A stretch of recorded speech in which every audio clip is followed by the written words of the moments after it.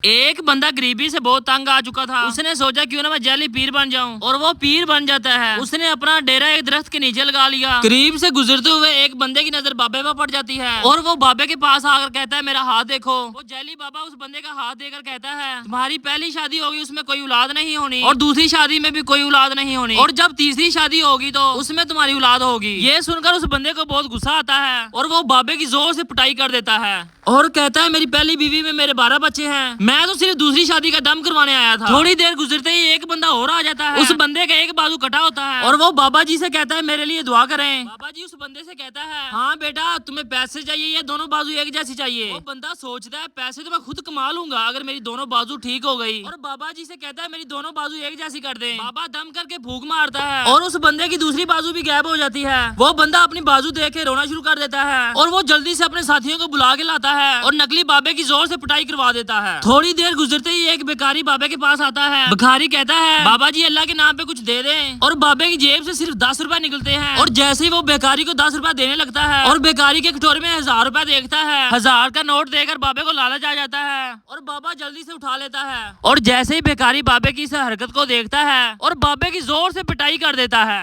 बाबा रोज रोज की इस मार से तंग आकर और अपनी नकली पीरी का जुली बिस्तरा उठाता है और गरीबी की जिंदगी गुजारने वापस आ जाता है।